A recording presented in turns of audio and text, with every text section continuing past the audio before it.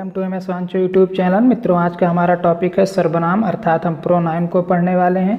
मित्रों, सर्वनाम पढ़ने से पहले हम जानेंगे कि परीक्षा में इस टॉपिक से कितने प्रश्न पूछे जाते हैं। तो प्रत्येक परीक्षा में मित्रों इस टॉपिक से एक प्रश्न पूछा जाता है और अधिक से अधिक 2 प्रश्न कभी कभी पूछ लिए जाते हैं परीक्षाओं में। मित्रों, आज इस टॉपिक में हम सबसे पहले सीखेंगे कि सर्वनाम क्या होता है, सर्वनाम के भेद कितने होते हैं, इसके प्रकार कितने होते हैं और सर्वनाम की संख्या कितनी होती है, और एक वचन से बहुवचन बनाने के जो सर्वनाम के नियम होते हैं, उन सारे कॉन्सेप्ट को इस वीडियो के माध्यम से हम समझने वाले हैं।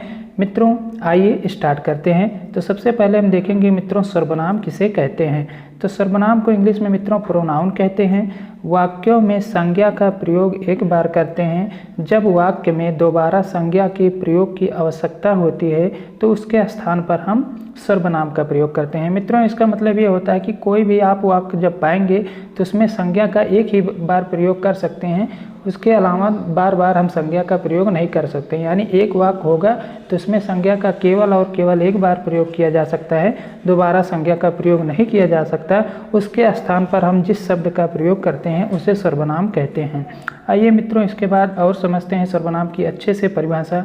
अर्थात नाम के स्थान पर प्रयुक्त होने वाले जो शब्द होते हैं उसी को हम किस नाम से जानते हैं मित्रों? सर्वनाम। अर्थात संज्ञा में जो नाम होता है उसके स्थान पर उसका प्रयोग बार बार हम वाक्य में तो करते नहीं हैं, उसके स्थान पर जिन शब्दों का प्रयोग करते हैं उसी को हम किस नाम से जानते हैं मित्रों? सर्वनाम कहते हैं। आइए सर्वनाम शब्दों की संख्या को जानते हैं मित्रों की। हिंदी में सर्वनाम शब्दों की जो संख्या होती है मित्रों वो कितनी होती है? 11 यदि आपसे पूछा जाता है। जैसे आपके सामने प्रदर्शित है, मैं, तुम, यह, वह, आप, कौन, कोई, इसका, उसका, तुम्हारा, हमारा, आपका आदि ये जो शब्द होते हैं मित्रों ये सर्वनाम शब्द कहलाते हैं। आइए इसके बाद देखते हैं मित्रों सर्वनाम के शब्द तो हमने सीख लिया मित्रों। इसके बाद हम देखेंगे कि सर्वनाम के भेद कितने होते हैं। सबसे ज़्यादा कन्फ्यूजन होता है मित्रों कि इसको हम कैसे याद रखेंगे कि सर्वनाम के कितने भेद होते हैं। तो मित्रों सर्वनाम की हिंदी में 6 भेद होते हैं, जिसको सर्वनाम को क्या कहा जाता है इंग्लिश में मित्रों? प्रोनाउन कहा जाता है। तो कैसे आप याद रख पाएंगे इसको? इसमें अक्षरों की संख्या आपको गिनना है मित्रों सर्वनाम को याद रखने के लिए, यानी कितने भेद होते हैं। तो इसको आप क्या करना है, सर्वनाम शब्दों में कितने अक्षर प्रयुक्त हो रहे हैं उन्हीं अक्षरों को यदि आप गिन पाएंगे तो उतने ही इसके भेद होते हैं। जैसे इसमें एक अक्षर सा है, दूसरा रा है, वाह है, फिर ना है, फिर क्या है, आ की मात्रा है और माँ। इस प्रकार से हमारे कुल कितने शब्द हैं मित्रों? 6 अक्षर हैं मित्रों। तो इन्हीं 6 अक्षरों को से आप याद रख सकते हैं कि 6 अक्षर हैं तो सर्वनाम के कितने भेद होते हैं? 6 भेद होते हैं। इस प्रकार से आप याद रख सकते हैं।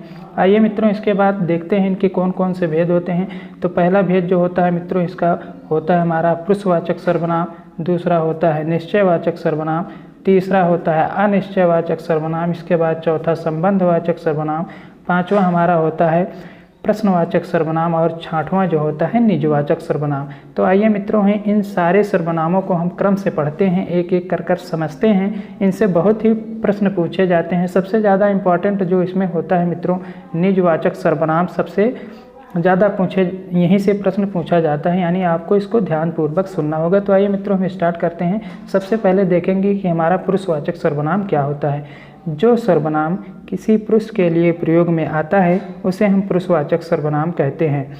मित्रों यहाँ पुरुषवाचक सर्वनाम से मतलब यानी जो ऐसा सर्वनाम जो पुरुष के लिए या स्त्री के लिए प्रयोग में लाए जाते हैं उन सर्वनाम को हम पुरुषवाचक सर्वनाम के नाम से जानते हैं।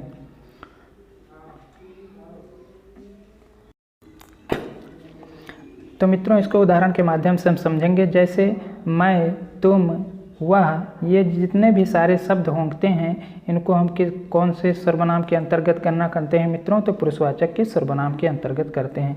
आइए इसके बाद देखते हैं अगला हमारा जो सर्वनाम का भेद है मित्रों, ये अगला हमारा होता है निश्चयवाचक सर्वनाम, यानी ऐसा सर्वनाम जिससे हमें किसी वस्तु या व्यक्ति या पदार्थ के बारे में निश्चित बोध हो या जिससे जानकारी मिले, यानी हम कह सकते हैं कि वो निश्चित है। यानी ऐसा सर्वनाम जिससे हमें पता चले कि वह वस्तु क्या है, निश्चित है, उसे निश्चयवाचक सर्वनाम कहते हैं। जैसे परिभाषा आप देख पा रहे हैं कि जिस सर्वनाम से किसी वस्तु का निश्चित बोध होता है वह निश्चयवाचक सर्वनाम कहलाता है। जैसे मित्रों उदाहरण देख पा रहे हैं, जैसे हमारा पहला उदाहरण है यह सर्प है। जैसे यह सर्प है यानी निश्चित है कि आपके सामने कोई सर्प है, जिसे आपका एक साथी है कह रहा है कि यह सर्प है, तो यानी जब उसको आप देख पा रहे हैं, देख पाएँ कि हाँ यह सर्प है, तो क्या है वो निश्चित है। तो इस प्रकार से हम कह सकते हैं यहाँ पर कौन सा सर्वनाम होगा, तो निश्चयवाचक सर्वनाम होगा। इसी प्रकार से हमारा दूसरा उदाहरण है यह अच्छा है। यानी जैसे दो व्यक्ति हैं, कोई दूसरा व्यक्ति तीसरे व्यक्ति को कहता है कि यह व्यक्ति अच्छा है, तो वह व्यक्ति क्या है, अच्छा है। तो इस प्रकार से हम कह सकते हैं वह किस सर्वनाम का उदाहरण है, तो मित्रों निश्चयवाचक सर्वनाम का उदाहरण होगा। इसके बाद आइए और समझते हैं मित्रों अगला सर्वनाम का जो भेद होता है हमारा अनिश्चयवाचक सर्वनाम। तो मित्रों हमने आपको पहली ही क्लास में बता दिया है कि आ हिंदी में आपको जहाँ कहीं पर मिले और उसके बाद वाले जो शब्द होता है उसका अलग अर्थ हो, तो आ का मतलब होता है नहीं, तो आ लग गया तो यानी मतलब यहाँ पर नहीं, और निश्चय का मतलब जो निश्चित ना हो।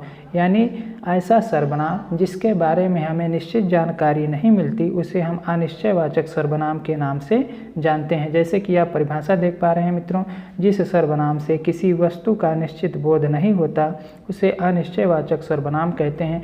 जैसे उदाहरण के माध्यम से इसको समझेंगे मित्रों, जैसे कोई आया था, यानी कोई आया था लेकिन उसके बारे में हमें जानकारी नहीं है कि कौन सा व्यक्ति आया था, कि महिला आई थी, कि कोई बच्चा आया था, कि कोई जानवर आया था, लेकिन कोई आया था ये जानकारी है, लेकिन इसके बारे में नहीं पता कि कौन आया था, तो उसे क्या कहते हैं, अनिश्चयवाचक सर्वनाम कहेंगे। इसी प्रकार से हमारा दूसरा उदाहरण है मित्रों कि घर में कुछ नहीं है। तो कुछ का मतलब मित्रों ये नहीं पता है कि हमें कौन सी वस्तु नहीं है, इसके बारे में हमको जानकारी इस वाक्य में नहीं हो रही है, तो इस प्रकार से हम कह सकते हैं यह अनिश्चयवाचक सर्वनाम का उदाहरण है। इसके बाद मित्रों हमारा अगला सर्वनाम का भेद होता है संबंधवाचक सर्वनाम। संबंधवाचक का सर्वनाम से मतलब मित्रों हम समझेंगे कि एक व्यक्ति का दूसरे व्यक्ति से संबंध होना या एक वाक्य का दूसरे वाक्य से संबंध होना ही हमारा संबंधवाचक सर्वनाम कहलाता है। आइए मित्रों इसको परिभाषा के माध्यम से समझते हैं। जिस सर्वनाम से दो वस्तुओं अथवा व्यक्तियों का पारस्परिक संबंध प्रकट होता है उसे संबंधवाचक सर्वनाम कहते हैं। क्या मित्रों, जैसे दो व्यक्ति हैं, उन व्यक्तियों का आपस में क्या हो, संबंध पाया जाए, यानी संबंध की बोध हो, तो उसे हम संबंधवाचक सर्वनाम कहते हैं। व्यक्ति हो सकता है, वस्तु हो सकता है, वाक्य में। आइए इसको हम कैसे समझेंगे। जैसा हमारे सामने पहला उदाहरण इसका है मित्रों कि जो बोओगे सो काटोगे, यानी जो आप जैसा आप काम करोगे वैसा आप फल पाओगे। इस उदाहरण का मतलब ये होता है कि जो बोओगे सो काटोगे। तो इसमें जो यानी बोने का संबंध किससे है, काटने से, तो यहाँ पर कौन सा सर्वनाम होगा मित्रों, तो संबंधवाचक सर्वनाम, क्योंकि बोने का जो संबंध है वो काटने से, इसीलिए यहाँ पर कौन सा सर्वनाम होगा, संबंधवाचक सर्वनाम। इसी प्रकार से हमारा दूसरा उदाहरण है मित्रों कि जो तुम चाहो करो, यानी तुम्हारी जो इच्छा है, जो तुम्हें करना है वो करो, जैसा करोगे वैसा भरोगे। तो यहाँ पर ऐसे जो वाक्य होते हैं इसका अर्थ होता है मित्रों इसी प्रकार की, जैसा करोगे वैसा ही भरोगे। तो यहाँ पर एक तुम का संबंध किससे है, करने से, तो यहाँ पर कौन सा सर्वनाम होगा मित्रों, तो यहाँ पर हमारा संबंधवाचक सर्वनाम होगा। आइए मित्रों इसके बाद देखते हैं। आशा करता हूँ मित्रों आप समझ पा रहे होंगे। इसके बाद हमारा अगला जो होता है सर्वनाम का भेद प्रश्नवाचक सर्वनाम होता है। तो प्रश्नवाचक सर्वनाम से मतलब मित्रों ऐसा सर्वनाम ऐसा वाक्य जिसमें प्रश्न पूछने का बोध हो या जानकारी मिले हमें, उसे प्रश्नवाचक सर्वनाम कहते हैं। जैसे आइए समझते हैं इसको परिभाषा के माध्यम से। जिस सर्वनाम से प्रश्न का बोध होता है उसे प्रश्नवाचक सर्वनाम कहते हैं मित्रों। कैसे समझेंगे इसको, जैसे वह क्या चाहता है। सबसे पहले इसको पहचानने की जो ट्रिक होती है मित्रों, इसमें आप क्वेश्चन मार्क पाएंगे, और दूसरा क्या आता है, कौन शब्द, क्या शब्द, क्यों शब्द, कैसे शब्द आएंगे इसमें, यानी प्रश्नबोधक प्रश्न सूचक जो शब्द होते हैं उन शब्दों का प्रश्नवाचक सर्वनाम में प्रयोग किया जाता है। तो इस प्रकार से आप इनकी पहचान कर सकते हैं। जैसे वह क्या चाहता है, यानी वह क्या चाहता है, यानी कोई व्यक्ति है किसी दूसरे व्यक्ति से पूछ रहा है कि तुम क्या चाहते हो, या वह क्या चाहता है। तो यहाँ पर इस वाक्य में प्रश्न पूछने का बोध हो रहा है या जानकारी मिल रही है।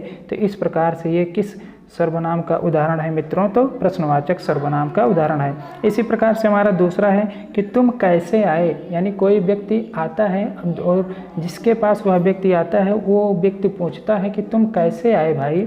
तो इस प्रकार से यहाँ पर कौन सा सर्वनाम का उदाहरण होगा मित्रों, तो प्रश्नवाचक सर्वनाम का उदाहरण है। इसी प्रकार से हमारा लास्ट होता है मित्रों सर्वनाम का भेद, निजवाचक सर्वनाम, जो परीक्षाओं में, सभी परीक्षाओं में लगभग इसी सर्वनाम से प्रश्न पूछे जाते हैं और ये सबसे अधिक कन्फ्यूजन करता है। तो मित्रों क्या करना है, आज हम इस कन्फ्यूजन को दूर करते हैं। आइए इसकी परिभाषा कैसे समझेंगे कि जिस सर्वनाम से कर्ता का बोध हो, अर्थात ऐसा सर्वनाम जिससे हमें कर्ता के बारे में जानकारी मिले, वहाँ पर कौन सा सर्वनाम होगा, तो वहाँ पर निजवाचक सर्वनाम होता है। मित्रों कौन सा सर्वनाम होता है, निजवाचक सर्वनाम। जैसे आप जैसा समझें करें, तो यानी मित्रों हम कैसे जानेंगे कर्ता की पहचान, हम सबसे पहले कैसे करते हैं इसको जानेंगे।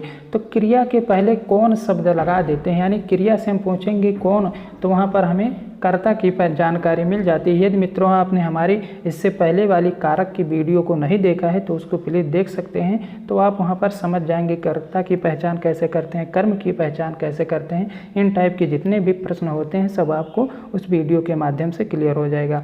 तो आइए इसको हम समझते हैं।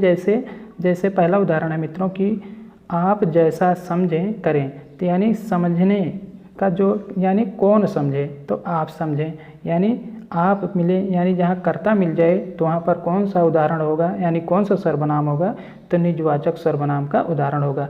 इसी प्रकार से हमारा दूसरा उदाहरण है, मैं यह काम आप ही कर लूँगा, यानी करने की जो क्रिया है, यानी मैं अपना काम स्वयं कर लूँगा। तो कौन अपना काम स्वयं कर लेगा, कौन तो मैं कर लूँगा। तो यानी हमको किसकी जानकारी मिल रही है मित्रों, कर्ता की।